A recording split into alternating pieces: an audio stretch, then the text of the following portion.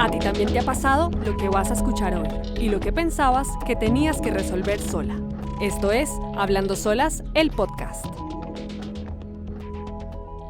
Hola, bienvenidas a un nuevo episodio de Hablando Solas, el podcast. Mi nombre es Gabriela Delgado y hoy estamos con una invitada súper especial. Ella se llama Ana Candelaria, le gusta que le digan Cande. ¿Cómo estás, Cande? Bien, Gaby. Muchas gracias por la invitación. A ti. Ella nos envió su video para la convocatoria de participar en este podcast y te lo confieso que yo desde que vi tu video dije, ella me da vibras de que hay algo muy profundo y muy chévere en su historia y después de escuchar dije, de una. Luego, como buscando el teléfono de contacto, me di cuenta, ella es Ana Candelaria, que también ha pasado por Hablando Solas, entonces fue mucha mayor la alegría, así que bienvenidísima. Ayer conversábamos un poco sobre lo que iba a ser este podcast y se los juro que está muy interesante la historia de Cande. Empecemos entonces con tu historia. Cuéntanos, por favor, ¿por qué decides hoy estar acá? Pues yo creo que parte de mi recuperación en todo sentido ha sido poder como compartirle a la gente lo que ha sido mi vida y ser como un poco un rayito de esperanza, yo creo. Porque creo que muchas veces la gente se siente muy sola porque no cree que nadie ha pasado por lo mismo. Y hay mucha gente que ha pasado por muchas cosas muy parecidas y cuando encuentra a otra persona, de pronto puede encontrar la esperanza que le falta, ¿no? Entonces, pues de pronto con algo de lo que cuente, alguien puede decir, a mí me pasa lo mismo. Seguramente. De hecho, ayer hablando, yo decía, hemos pasado por muchas cosas parecidas. Sí. Bueno, Cande, cuéntanos desde tus memorias en qué punto crees que empieza como todo este journey de descubrimiento, no sé, de dolor, de trauma, para empezar desde ahí. Bueno, pues mi historia empieza cuando yo tengo 4 años, básicamente. Mi papá es adicto, él está en recuperación hace 21 años, pero él para cuando yo tengo 5 años, entonces mis primeros años de vida son pues en el consumo de mi papá, pues viendo el consumo de mi papá. Tengo una pregunta, cuando hablas de esa imagen, de esa primera imagen que uno guarda en sus memorias con ese, no sé, el objeto preciado de la relación con el padre, ¿no? Sí. ¿Tú desde los 4 o 5 años sabías que, o sea, ya tenías como el concepto de adicción o cómo sentías a tu padre? Lo entendí más adelante, pero yo le preguntaba a mi mamá qué le pasaba a mi papá y ella me decía, pues está enguayabado. Entonces, ese concepto de enguayabado, pues yo decía, mi papá está enguayabado. Pero así como decir, pues yo sé qué significa, no tenía ni idea de qué significaba. Pero sí era como una relación que iba y venía. Uno sabe de alguna manera que el papá está raro. Claro. Así yo lo percibo porque yo pasé también por lo mismo. Y lo que yo recuerdo es, no hay disponibilidad de mi padre, lento, raro, que ya uno con el tiempo, igual que tú, uno dice, ahora sí. Pero para quienes están viendo o escuchando, esos primeros años donde uno no tiene acceso a ese padre, a ese cuidador, son demasiado cruciales. Ya después uno se da cuenta de la importancia que es la maternidad o la paternidad responsable y qué pasa cuando hay enfermedades en ellos, porque sí o sí nos afectan a nosotros como sus hijos. Totalmente. Sí, yo también me acuerdo de ir a visitarlo en el centro de rehabilitación, pero yo no entendía como yo que estaba haciendo allá, ¿no? Como que igual era la niña más chiquita y estaba sentada en estos, pues en los grupos de Alcohólicos Anónimos. Sí. Entonces, me acuerdo que mi papá me hablaba a mí y yo era como, sí, pues, claro, todo bien. Yo no entendía la profundidad de lo que estaba pasando. Y creo que me demoré harto tiempo en mi vida en entender qué era lo que estaba pasando cuando yo era chiquita. Pero pues claramente, pues mis papás se separaron. Entonces yo empiezo a vivir con mi mamá y con mis abuelos, en la casa de mis abuelos. ¿Cómo era tu mamá? ¿Estaba contigo siempre o fue ausente? No, mi mamá realmente fue una mujer que trabajó durísimo por mí. Entonces la crianza mía fue no responsabilidad, pero la tomaron mis abuelos, porque mi mamá trabajaba un montón, pero igual pues llegaba y estaba conmigo y me alistaba para el colegio y todo esto. Pero digamos que yo no la sentí como una mamá ausente en mi infancia, eh, porque yo entendía que estaba trabajando. Y pues yo también iba al colegio, al kinder, no me acuerdo, pero sí como que esa crianza fue muy entre mis abuelos y mi mamá. Okay. Sí. Digamos que ese tema, yo también, es que soy yo. Uno ve a la mamá y hoy de grande entiende, ¿no? Total. Como es, no, es trabajadora, a ti, me sacó adelante, no tengo por qué reprocharle nada, pero yo creo que en el fondo hay una niña que no era tan racional en esa época. O sea, No. tú cómo viviste eso, o sea, al final, tus abuelos, había gente a cargo, pero no sé si en el fondo de pronto hay una niña como que le faltó un poco tener más presencia de su mamá. Pues yo creo que sí, y además también era el hecho de como mis papás estaban separados, ¿no? Entonces yo tenía los fines de semana con mi papá después de que salió todo esto, y yo sentía que mis papás eran como de a raticos, ¿sí? Los que siempre estaban eran mis abuelos.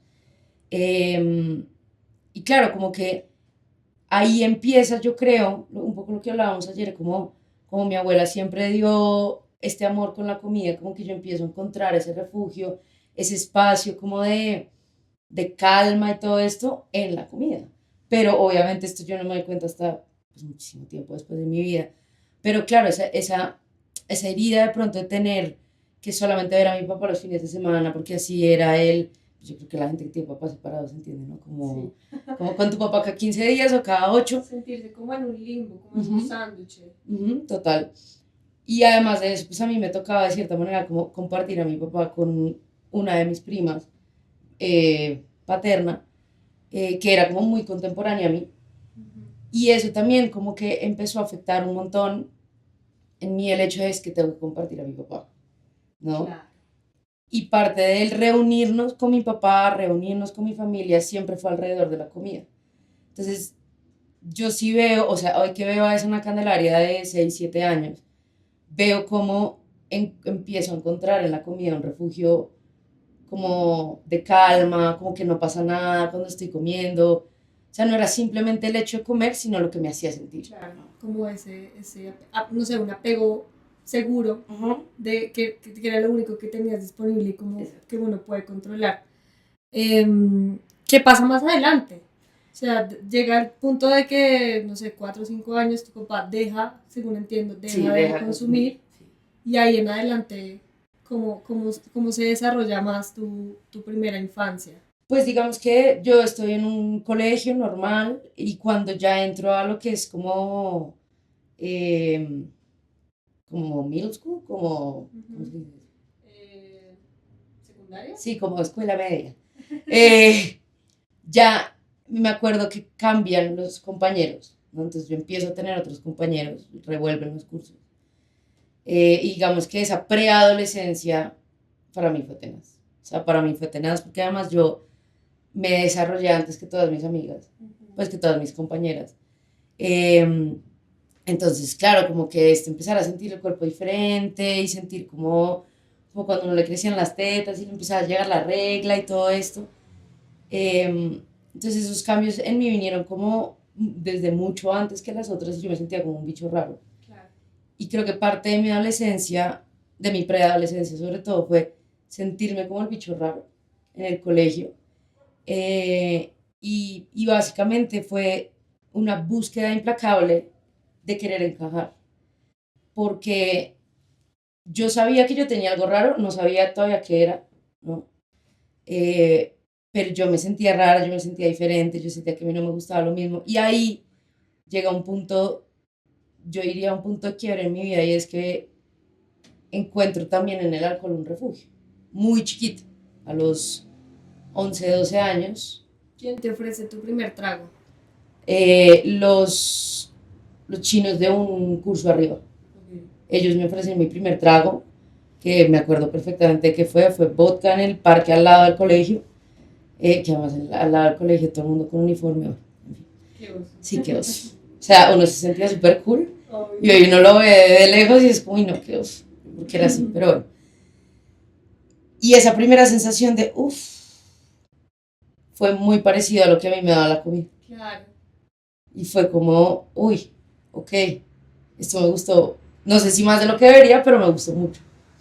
Y digamos que en esa búsqueda implacable por querer encajar y por querer como ser parte de algo, creo que es muy importante en la adolescencia sentirse parte de algo, sobre todo en un grupo social, empiezo a ver cómo todas mis compañeras empiezan a tener como, no sé, un novio y que me gusta ese y que me gusta el otro, y yo, no. Y cada vez empieza a ser más este sentir que yo tenía que encajar, eh, más que porque era como una obligación social. Quiero encajar, quiero encajar. Y, y me acuerdo que ya en lo que podría ser séptimo, vuelven a cambiar de curso, pues como a revolver a la gente. Y yo siento que ahí mi vida cambió por completo y ese es uno de los peores años de mi vida. ¿Por qué? Em, Primero yo creo que empieza mucho más profundo este cuestionamiento de a mí por qué no me gustan los hombres. Que la respuesta ahí no era, es que a mí me gustan las mujeres. No, era, yo tengo algo raro porque no me gustan los hombres, ¿me entiendes? Y empieza también todo un tema como de, ya me percibían como este bicho raro. Y me empezaron a alejar y yo me acuerdo de pasar los recreos sola y mi única como consuelo era la comida, ¿no? Como las once que uno llevaba. En ese momento, en tu casa, ¿qué pasaba? O sea, como que había un vacío, no sé, muy grande, o no te daban, no sé, afirmación de que eras suficiente, o eras una niña capaz, ¿cómo era eso? Porque en ese momento, claro, si no tiene de pronto apoyo en la familia, las cosas se ven un poco diferentes. Si me cuentas que el contraste en el colegio pues también era como denso, no sé, quisiera saber qué pasaba también ahí.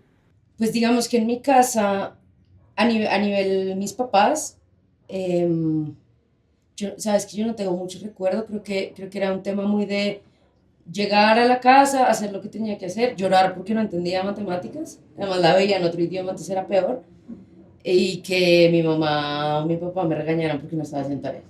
No, yo no tuve, digamos, este espacio, y no digo que fue culpa de mis papás en lo absoluto, pero yo no tuve este espacio de una expresión emocional de es que a mí me está pasando algo en el colegio, o sea, a mí me está pasando algo raro, yo no me siento bien en el colegio, a mí me molestan, a mí me tiraron por unas escaleras, a mí me empujaron, o sea, pero yo estas cosas no las contaba, ¿sí? El día que a mí me tumbaron por las escaleras, yo terminé como con el pómulo morado y yo llegué a mi casa y dije, no, es que yo me caí, ¿sí? Entonces, ¿Por qué crees que no podías contar esto? Porque de su lado ibas a encontrar rechazo o regaños, yo había no, miedo ahí como de contar las cosas que sentías. yo no creo que fuera tanto eso, sino era más como, ay, ¿será que sí me van a creer? Okay. Y además, como yo siento que desde esa preadolescencia, como yo me sentía como el bicho raro, era, pues por eso es que te están pegando, porque tú no eres igual al resto. O sea, como que también uno, uno de mis grandes problemas ha sido mi discurso interno durante toda la vida.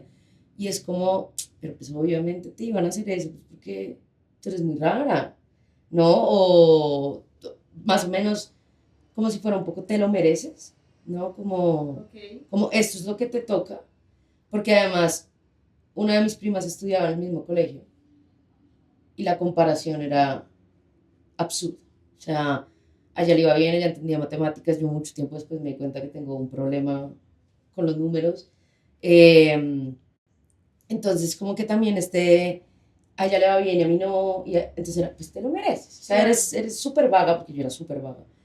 Eh, yo creo que yo terminé en mi preadolescencia de consolidar si algo me pasa es mi culpa. O sea, tus papás eran muy exigentes contigo. Sabes que no ni siquiera eran exigentes, lo que pasa es que como yo no abría la boca, Ya. ¿sí? Entonces yo no decía, es que me está yendo mal en matemáticas porque no entiendo, ¿no? Pues llegábamos a la entrega de notas y ya. Llegaba un... Sí, ese diálogo de me siento como una verga y me pasan cosas malas, pues eso tiene sentido, me pasa por Sí, exacto. Pues A más B es igual a C, ya. Claro. Ok. Y frente al cuerpo, ¿cómo era eso en tu casa? Uy, no, yo siento que de verdad, yo creo, además como profesional de la salud, que hay que proteger mucho a los preadolescentes, porque yo sí siento que en ese momento de mi vida se consolidó este discurso de si tú no eres flaca no vales. Porque además, digamos que siempre en mi casa yo fui una niña grande, pero bajita. Lo que yo te contaba ayer, que cuando yo nací, mi mamá decía, ay, es que tú naciste con los gordos de yo no sé quién, y yo, ¿Qué? pero yo tenía 3 segundos de nacida, No. o sea, Sí, no. es cierto que empiezan a hacer body shaming desde que uno es un peladito. Y uno ni se entera, No, o sea. ni se mueve, uno está en su pañal, Sí. tranquilito, engordando, Literal. creciendo, y no faltan. Y no falta, entonces siempre fue como pero mete la barriga, ¿no? Sí. Pero eso Camina no te derecho. queda bien. Camina derecho. Ya se te estaba empezando a notar mucho las tetas, entonces tienes que usar brasier. Que yo creo que es una experiencia, no sé si universal, pero tener que usar acostumbrador. Sí. Y después, ay no, eso Usar más es. ropa negra. Sí. Usa más holgada, ponte algo que sea. Entonces, claro, como que todo esto empezaba a sumar y a sumar y a sumar y a sumar para que yo al final dijera, no, yo no quiero salir a la calle así, y empezó a consolidar todo un discurso de todo el mundo se está fijando en lo que mi familia se está fijando de mi cuerpo. Es que yo creo que eso es muy importante porque todos los defectos que, no sé, en mi caso, mis tías me señalaban, a uno se le prende como un chip de, pucha, mi cuerpo está mal, y en realidad pasa que uno lo traslada a la calle y uno siente que todo el mundo lo está mirando, que todo el mundo está Total. viendo que se te sale un gordito, que Uy, todo el mundo total. está viendo cómo se te ve la panza. Y es algo que es muy difícil de uno quitárselo de la mente, ¿no? Los espejos, uno todo el tiempo fijándose cómo se ve, cómo puso mejor. Ahí llega como todo el tema de la dismorfia, no sé si tú lo tuviste. Sí, claro, claro, yo siento que la percepción de mi cuerpo, sobre todo en esta pubertad, cuando empieza a cambiar tanto el cuerpo, eh, recuerdo mucho que la mamá de mi papá me decía como, pero es que mira, ella sí pudo adelgazar y tú no. Ay, no. Y yo, Como si eso fuera el gran logro, ¿no? exacto, y creo que ahí se empieza a consolidar en mí necesitamos, como la sociedad necesita, que haya menos de ti para que estemos tranquilos. Y entonces empieza como esta criminalización del cuerpo de, pues así nunca vas a estar bien.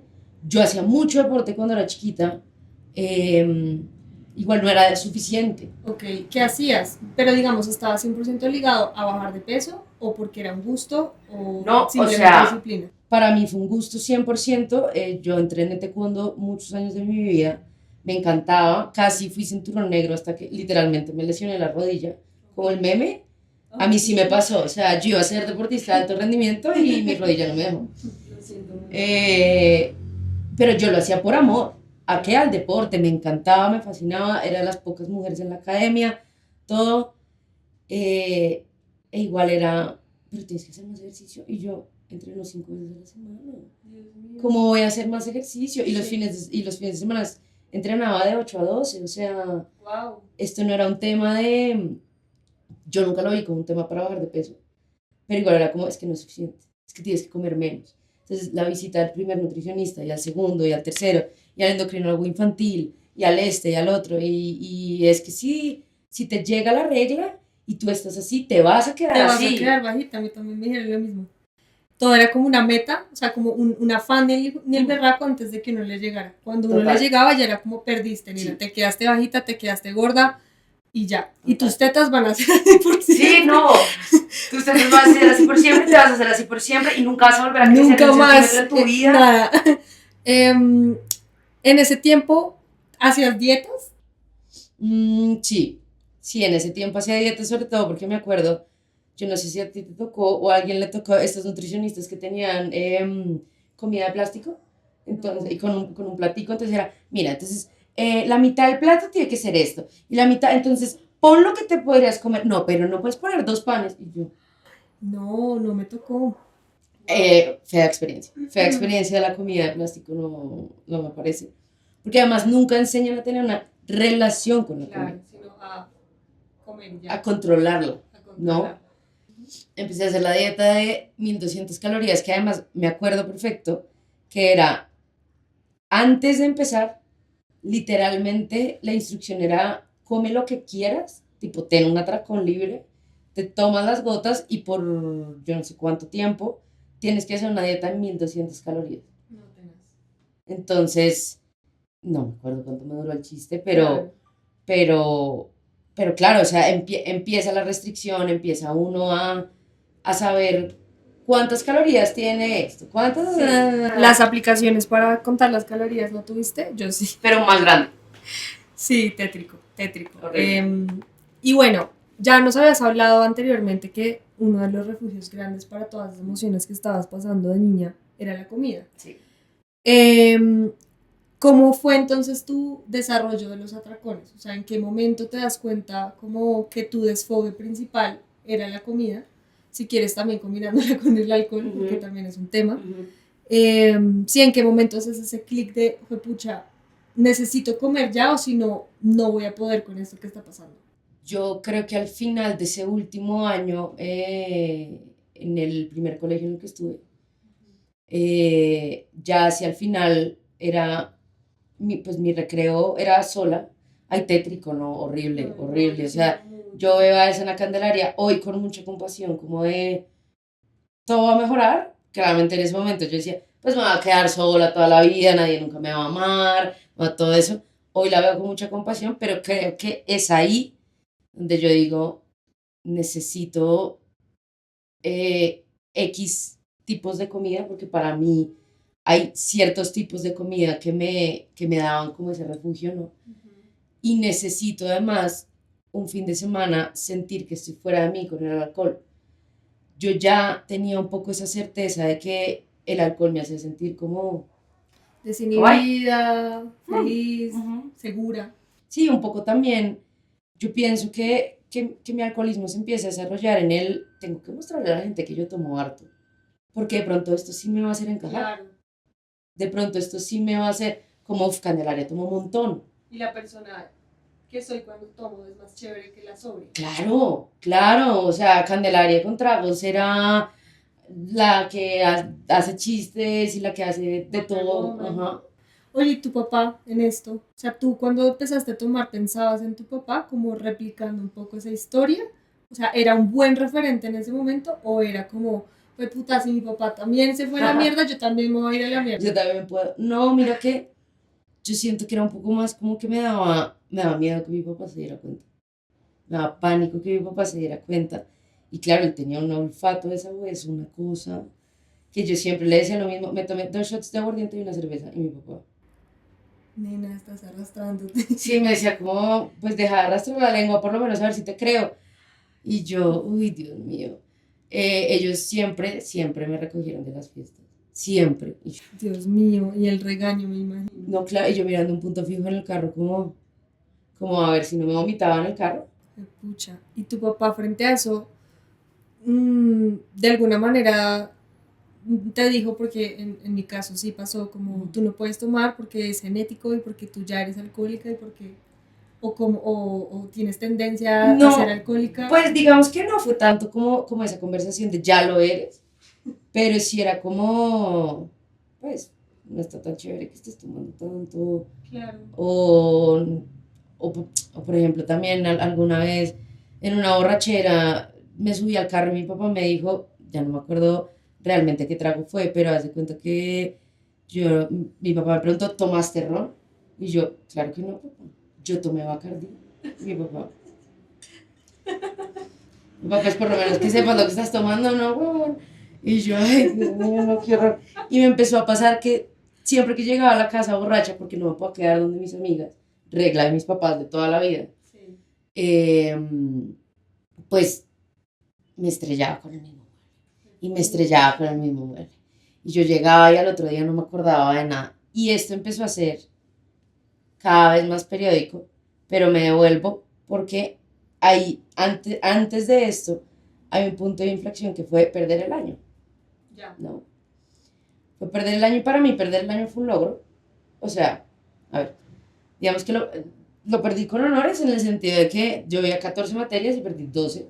Muy bien. O sea, casi pierdo el limpio el año. Casi lo pierdo el limpio. Y cuando me entregan la matrícula del siguiente año, o sea, para matricularme otra vez a séptimo, yo la cojo, la boto en una caneca y digo, yo no voy a volver a este colegio. Wow. No hay la más mínima posibilidad. Claro, porque a mi mamá ya le habían dicho que yo perdí el año. Entonces mi mamá me dijo, tú subes por tus notas, yo no voy a subir. Y yo, Ay, Dios mío. no, o sea, de verdad, horrible, humillante. Y nada, yo la boté y dije, yo no vuelvo a este colegio. No hay la más mínima posibilidad de que yo vuelva a poner un pie en esa institución. Y ahí le digo a mi mamá, como, yo no vuelvo a estudiar acá. Mi mamá, ¿cómo puedo? Y yo, ay, claro, mis papás no saben ni mierda, ¿no? Como que, ay, Pequeños bueno, detalles. pequeños detalles, o sea, mis papás creyeron que yo perdí el año por vaga, que un 40% sí, pero el otro 60% era socialmente, era un colegio terrible, y yo no sentía que encajaba. Entonces, finalmente, cuando ya, después de toda esta pelea, que de hecho una de las peleas fue en el comedor, es que me acuerdo perfectamente, en el comedor de la casa de mis abuelos, fue la pelea con mis tías de, es que cómo no te vas a graduar con el bachillerato internacional, bla, bla, bla. Y además de eso me dijeron, y además te vas a comer todo ese arroz. No, Dios mío. Y yo, ¿qué tiene? Primero que todo, que tienen que ver peras con manzanas. Sí. Y segundo, pues sí. O sea, es que Soporten. no entiendo, o sea, no entiendo. Primero, sí, no voy a volver a estudiar en ese colegio. Y dos, pues me voy a tragar todo este arroz. Sí. Dios. Y con el alcohol. O sea, llegó un punto, o sea, ¿cuál fue el momento en donde dices, tengo que parar de tomar? Todo se está yendo a la... ¿Llegó ese momento? ¿No llegó? Digamos que, o sea, no llegó conscientemente, ¿no? Yo entro al otro colegio que le agradezco profundamente haberme visto como una persona y no como un número, como pasa en muchos colegios.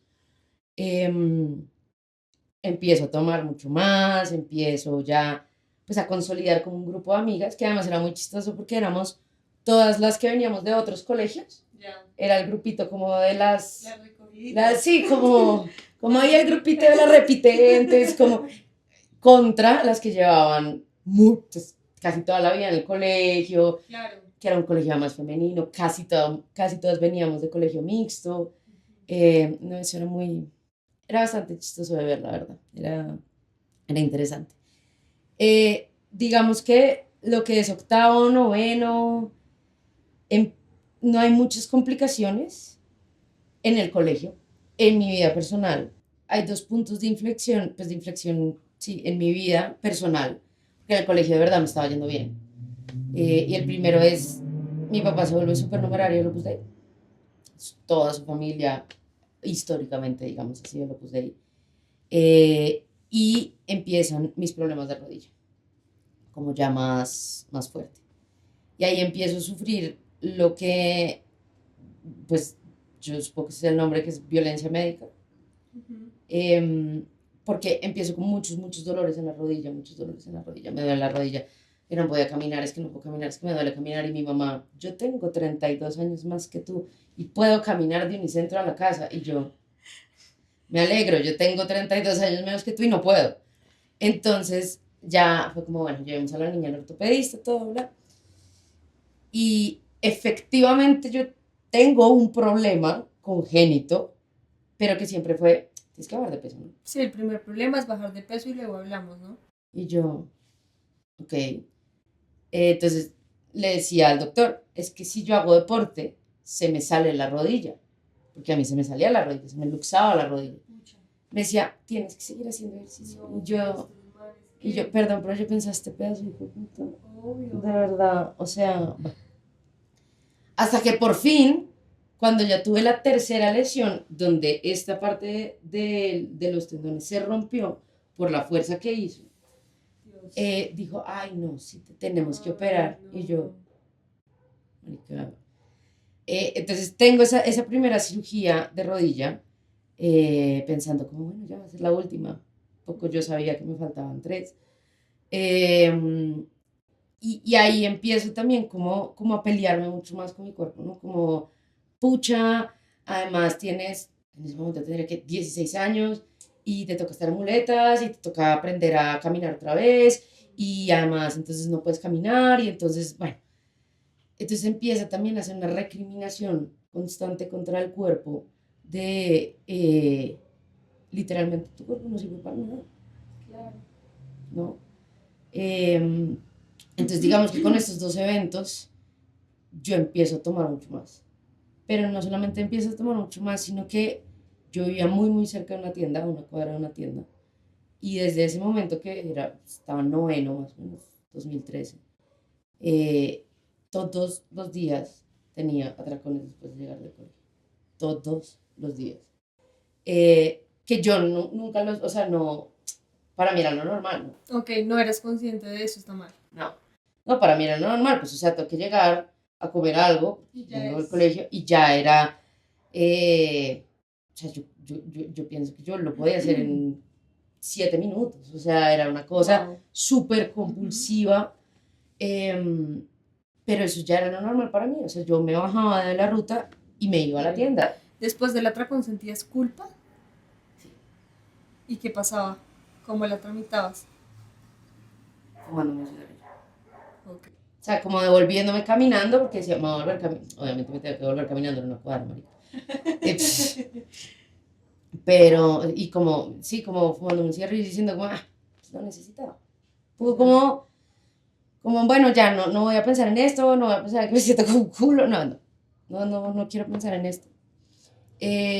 Y así fue, digamos, noveno y décimo, pero décimo ya, que fue el 2014, ya fue, primero, pensamientos súper depresivos, que yo me acuerdo un poco como sentirme otra vez como el bicho raro, porque de pronto, o sea, de pronto si alguien lo escucha y dice, pues no, pues Cande, de pronto todos estábamos pasando por lo mismo, pero yo me acuerdo de yo sentir, "Marica, yo soy muy rara, yo estoy loca porque pienso estas cosas como que yo no valgo nada, que soy una porquería, y como también intentando, yo no creo que en ese colegio yo intentara encajar tanto, pero sí como sentirme normal. Yo me quería sentir normal, para el efecto nunca lo he sido. Ya, pues la verdad no me importa, pero claro, en ese momento era como, pucha, otra vez esta sensación de no encajo, no encajo, no encajo, no encajo.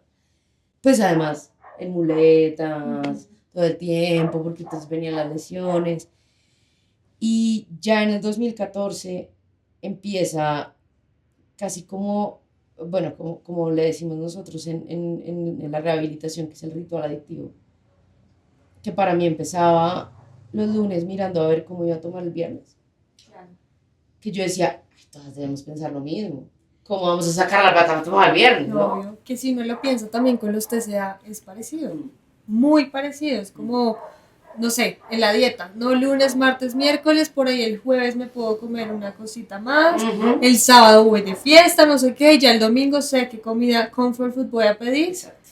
Que sé que puede terminar un atracón para yo poder restringir los primeros días Exacto. tranquila, ¿no? Exacto, y que además uno desde el lunes empieza a planear como esa recompensa del fin de semana, ¿no? Entonces era como, no, pues a ver, come bien, entre muchas comillas, lunes, martes, miércoles, y ya mira que vas a igual a tener tu recompensa. Y entonces viene este tema de la relación con la comida, de que sea, o sea, de verla como este refugio otra vez, ¿no?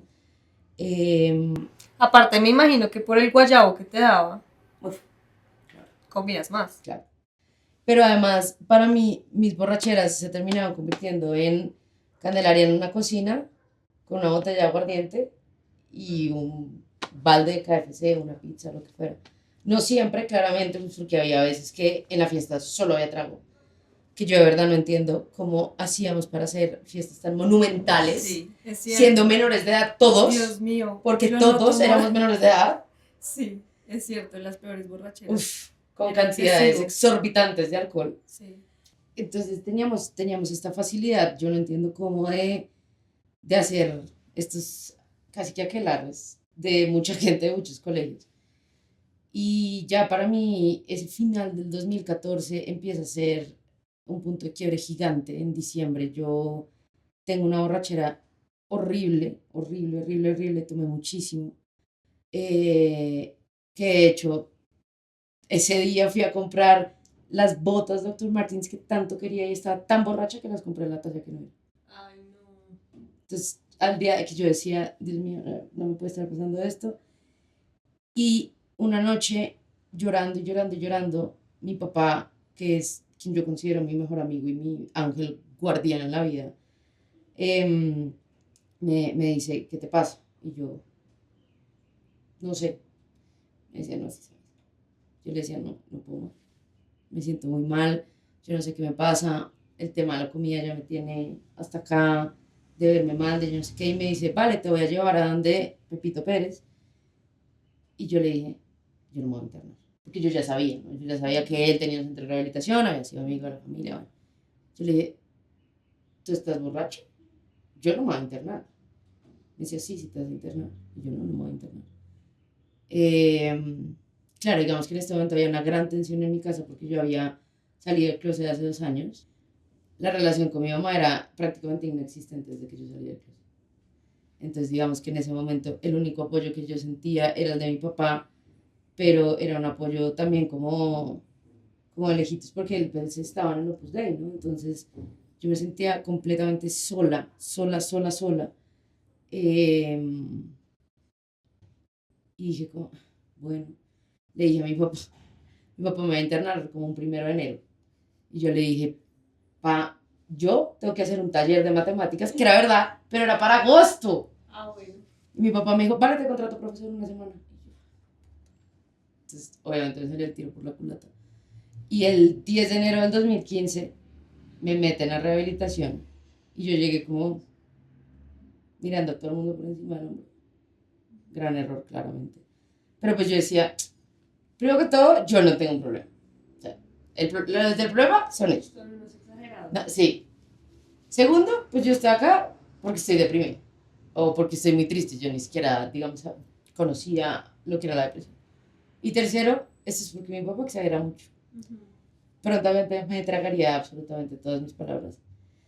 Empecé el tratamiento de internado y me encontré conmigo misma, o sea, claramente de frente, de cómo quería todo el tiempo escapar de mis emociones, de cómo quería literalmente una frase de uno de mis artistas favoritos que dice, estaba huyendo conmigo de mí. Eso era a lo que yo me dediqué toda mi adolescencia.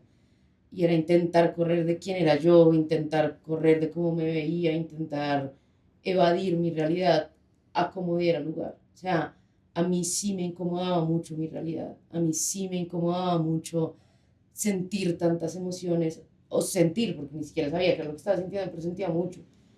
Y empiezo un proceso terapéutico de muchísima confrontación, en la que me doy cuenta que el alcoholismo y la adicción no es tú cuánto tomas, que eso es lo que toda la gente cree, pero yo que ya llevo 9 años larguitos en esto, les puedo asegurar que no es cuánto, sino para qué y por qué. Tal cual. Totalmente. O sea, una persona alcohólica es aquella persona que no puede tomar sin que eso signifique un peligro para ella o para otra persona. Y para mí, por lo general, significaba un peligro para mí porque siempre terminaba en blackout. Y eso era lo que yo buscaba. Yo terminaba, o sea, yo quería no acordarme de las cosas. Una persona que tiene una relación con el trago de, pues me gusta, no piensa en cómo voy a hacer para dejar de pensar más rápido gracias al alcohol. Pues no. O sea, eso no es una relación normal con el consumo, con el trago. Me doy cuenta que tengo un gran problema, me doy cuenta que tengo una relación pésima con la comida, porque además fue mi válvula de escape emocional durante muchos años. Y pues, y yo le decía a mi terapeuta, pero entonces, ¿esto qué significa? O sea, yo no entiendo. Me decía, pues primero que tienes un problema de adicción. Yo le decía, pero tengo 17 años. Y me decía, ¿y qué? No es la edad, no es la edad. es el yo por qué lo estaba haciendo, el para qué lo estaba haciendo. Y cómo buscaba todo el tiempo salirme de mis emociones, salirme de la realidad, perder contacto total con la realidad, que me incomodaba mucho. Yo estoy, o sea, mi proceso dura más o menos 50 días. Salgo al colegio y yo estaba en 11. Y 11 es una época que se caracteriza por el prom, la excursión, Sí, la bla, bla, bla. Lickfest, Todo mal. ¿Cómo se llama? Pre-Lickfest. El pre-Lickfest y después del Lickfest vamos todos a tomar y yo no sé qué. Muy difícil. Fue complicado y entiendo, digamos, hoy que veo las cosas con casi ya 10 años de madurez, digo, ok, entiendo por qué mis amigas no entendían, lo entiendo completamente, pero en ese momento era pues, que usted le lavaron el cerebro, pues que usted no tenía ningún problema, y otra vez esta sensación de, puta, porque soy el bicho raro. O sea, lesbiana, adicta, que las cirugías de la rodilla, que la que tiene bastón, y yo decía, Muchas cosas, sí. Dios. Entonces, ahí en mi proceso de recuperación encuentro personas increíbles, que al día de hoy todavía muchos son mis amigos, mis compañeros de internado. Y empiezo un poco como a poder recuperarme, y a empezar a vivir la vida sobria, que quiere decir, enfréntate con tus emociones. De frente. Ok. ¿No quieres? Pues de Ahí te toca. Y frente al cuerpo, ¿en qué momento dices, bueno, frente a los atracones, ¿en qué momento dices, necesito ayuda? Me demoré. Me demoré porque creo que para mí lo primero fue como parar de consumir, ¿no? Como este tema bueno, el trago, y también tuve ahí un pequeño gran tema con las pepas para el dolor, que también lo trabajé en mi internado, por el tema de las rodillas. Entonces yo probé medicamentos muy fuertes que pues, también se volvieron un problema, bueno, whatever. Pero para mí el tema de la comida seguía siendo como esa bomba, un poco, ¿no? Pero como que yo ya era más consciente, bueno, pronto sí lo estoy haciendo porque quiero pues sentirme mejor, pero qué tal que no. Entonces era más cuestionamiento, pero así como que yo te diga, uy, yo lo estaba tratando súper bien, no.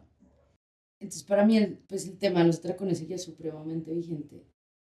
Y ya habiendo cumplido 2 años sin consumir, empiezo a entrar en una crisis de depresión absurdamente fuerte, en un trastorno depresivo mayor complejo, donde literalmente se me daban las ganas de comer. No tenía ganas de hacer nada en realidad. Conozco a un psiquiatra que me salvó la vida completamente, y igual termino interno en un psiquiátrico, en 2 de ellos. Y yo decía, interno otra vez, no puede ser. Yo ya estaba en la universidad, ya estaba estudiando psicología, entendía un poco más de lo que me estaba pasando. Digamos que ahí fue muy loco porque el tema de la comida fue, pues no te van a dar ganas de comer. Bajé demasiado de peso y debo confesarlo, una parte de mí estaba feliz. Claro. Una parte de mí decía, ya, esa era. Y ahí es donde yo me pongo a pensar lo oscura que puede ser la cabeza en algunos momentos, ¿no? Como agradecer no tener hambre, o sea, como de tal manera decir, sí, Sí. que uno lo ve como Un regalo de la vida. Uno lo ve como un regalo de la vida. Sí, como, gracias a la vida que me quitó las ganas de comer. Es como, no, o pues no debería ser así. No deberías por qué alegrarte por eso. Exactamente. Logro salir de esta crisis de depresión. Fue muy complicada. Yo de verdad, honestamente, en ese momento de mi vida pensé que me iba a quedar loca. Okay. Pero no. Y ahí empiezo a entender que parte del éxito de mi recuperación en general ha sido, aunque no quiera, aprender a pedir ayuda. Porque como te contaba ahorita, era como, pues yo no voy a decir nada, yo me callo la boca, exacto, a mí me pueden cascar, pero yo no voy a decir nada. Hasta que entendí que a veces todavía me cuesta un montón, pero entendí que parte del éxito para mí ha sido nunca dejar de pedir ayuda. Pero pues claramente es más fácil decirlo que hacerlo, ¿no? Sí. Totalmente. Salgo de esta crisis de depresión, pasa, digamos, el resto de mi universidad normal, con cosas en mi vida personal, como relaciones que no funcionan, a todos nos han roto el corazón, ¿no? Como el tema de las tusas y todo esto. Pero mi TCA seguía ahí. Yo lo sabía, yo lo veía, para mí la pandemia fue un momento muy complicado porque me obsesioné con el ejercicio. O sea, yo hacía 2 horas y media diarias de ejercicio en mi cuarto, además de este tamaño. Claro, compensando todo. Compensando todo, porque además creo que todo este discurso alrededor de la pandemia, que fue como si no sales diferente de tu casa cuando termine esto, es porque no hiciste nada. Creo que todos escuchamos ese... Bueno. Y me lesioné, creo que cada parte del cuerpo que se podía lesionar. Me desgarré acá, se me salieron las rodillas, me lesioné los tobillos, me lesioné el cuello, todo. Y yo decía, no, yo tengo que seguir haciendo ejercicio, tengo que seguir haciendo ejercicio. Y el discurso sobre mi cuerpo empezó a cambiar y fue un poco como el, por fin lo lograste, por fin te ves bien, por fin te... Toca seguir, toca mantener eso. Claro. El problema fue que yo tuve una lesión extremadamente fuerte en la rodilla izquierda, que es la rodilla que peor tengo, pero extremadamente fuerte es... la lesión fue tan grande que tenía, haz de cuenta como tener un morado en el hueso, Ya. tenía un edema en el hueso. Y conozco a mi cirujano, que lo amo profundamente, pero conozco a mi cirujano y me dice, te tengo que operar otra vez. Dios. Y yo, no, es verdad. O sea, la tercera cirugía de rodilla, vete a la mierda, no va a pasar. Y el comentario, cuando lo conté en mi casa, el comentario número 1 fue, pero no vas a perder todo lo que has ganado, ¿no? Claro. Porque la recuperación de una cirugía de rodilla implica, primero, estar quieto, Obvio. No, dificilísimo. segundo, estar en muletas, y tercero, el cuerpo necesita mucha comida para recuperarse, porque es impresionante, tú sales de la cirugía y ves como la masa muscular ya está súper atrofiada.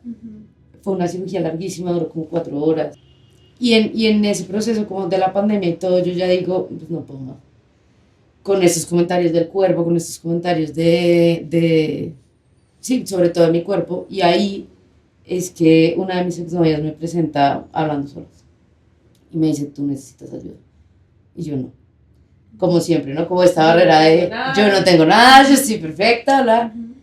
Y en efecto,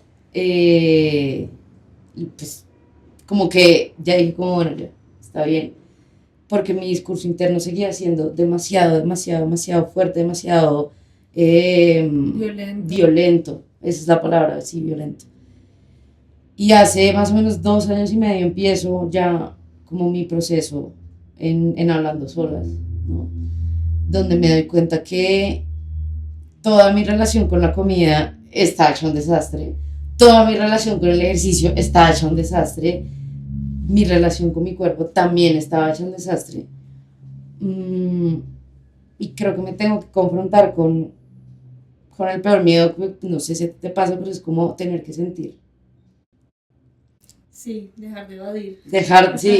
Dejar de evadir, ¿no? Cuando la terapeuta a uno le dice como, bueno, vamos a escribir, y uno, no. Yo estoy bien. Y ahí es donde me empiezo a dar cuenta que para mí querer bajar de peso era querer desaparecer una parte de mí, ¿no? Querer, digamos, poder volver a encajar. Que mi relación con la comida era una relación de no estoy comiendo porque lo disfrute, porque me guste, sino por castigarme a veces también, ¿no?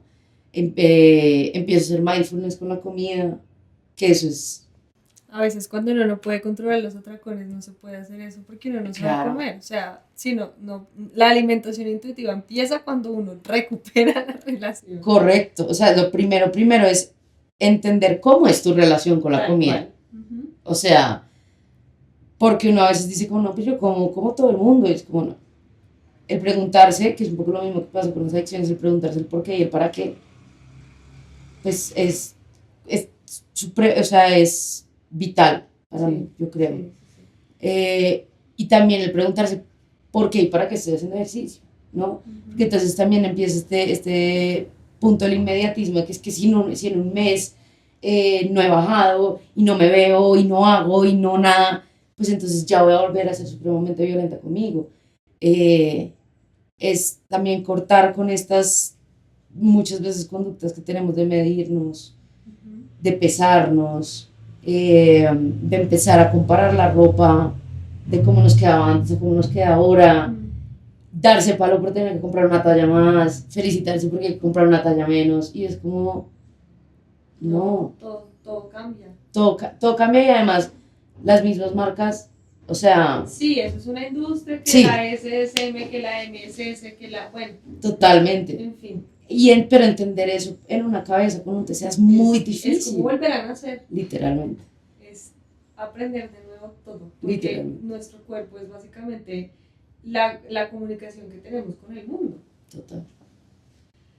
Ahora que pues ya estaría tu proceso con el tema de la adicción, con el cuerpo, ¿cómo te sientes siendo también psicóloga y ayudando a otros a recuperarse de las adicciones?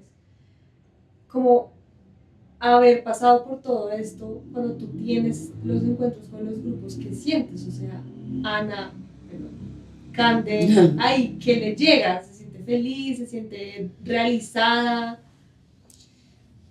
Pues digamos que un poco, yo creo que lo que yo le doy a mis pacientes es un tranquilo que yo entiendo, Eso es buenísimo. fresco, yo entiendo. Porque muchas veces uno llega ante el terapeuta y dice, ¿será que me va Sí. no va a entender? Y entonces, y para mí ha sido un regalo y una bendición poder como compartir todas estas cosas. Yo hace 2 años y medio más o menos también empecé a dar talleres de regulación emocional, que era muy chistoso porque yo me sentía como, pues vamos a ver, ¿no? Como o sea, cuando empecé a aplicar mis propios talleres fue como, no, sí, o sea, sí, pero nada, es muy chistoso porque a veces uno predica pero no aplica. Pero para mí ha sido como ser venga, yo lo entiendo, pero también le puedo decir que se puede salir de esto, ¿no? Como yo sé que ahorita la está viendo súper negra, y yo les digo a mis pacientes, yo sé que hacer lo que yo le digo no es fácil, porque además, en términos de cambios de hábitos, las cosas no pasan de la noche a la mañana, ¿no? Entonces, por ejemplo, es como, felicítese porque hoy hizo una cosa que no estaba haciendo ayer. Pero uno es supremamente exigente con uno, entonces dice como, no, si no hago ejercicio todos los días, y si no escribo en mi diario todos los días, y si es como, y creo que darles como esa empatía, ¿no? Como de verdad, todo va a estar bien. Yo sé que cuando uno tiene las gafas puestas de la depresión, cuando uno tiene las gafas puestas del TCA, es muy difícil, pero como decimos, donde yo trabajo nadie salva a nadie, pero nadie se salva solo. Y a veces uno tiene que admitir que necesita ayuda para quitarse esas gafas y poder empezar a ver el mundo de una manera diferente. Entonces creo que haber sido paciente psiquiátrico, haber pasado por todas estas cosas, para mí es un plus. Para mí es un plus que me encanta con mis pacientes poder decirles, venga man, yo lo entiendo, venga, yo lo ayudo. Ahí no se da cuenta que todo ese dolor era para algo. Bueno, y ya para cerrar, hoy estás aquí, te sientes bien, estás lúcida, habladora, tranquila. ¿Qué le dirías a la Cande bajoneada que puede llegar en cualquier momento? Yo le diría, venga, téngase paciencia, consiéntase, que hemos sobrevivido todos nuestros días malos. Han pasado. O sea, de pronto unos han pasado peores que otros, de pronto unos han sido peores que otros, pero los hemos sobrevivido. Y le diría, acuérdese de sus amigas. Para mí, mis amigas han sido mi salvavidas número uno. Mi terapeuta también ha sido mi salvavidas número uno. Y le diría, búsquelas. Porque para mí, creo que haber encontrado redes de apoyo tan gigantes como las que tengo ahorita, me recuerda que volver a lo esencial es como volver al amor, ¿no? Un poco como lo diría el Principito. Y es volver a donde me siento segura y recordarle a esa Cande que literalmente no está sola, porque sí hubo mucha soledad, pero ya no, porque cuento con una red de apoyo absolutamente increíble. Y creo que eso no se me puede olvidar. Qué hermoso. Gracias. Bueno, muchas gracias por contarnos A todo ti, Gaby. esto, por tu tiempo. Qué hermoso conocerte, por fin. Y gracias a todos ustedes por escuchar o ver hasta aquí. Les recordamos que estamos en Instagram, en TikTok, en su plataforma de audio favorita como Hablando Solas. Y bueno, nos vemos en el próximo episodio. Chao.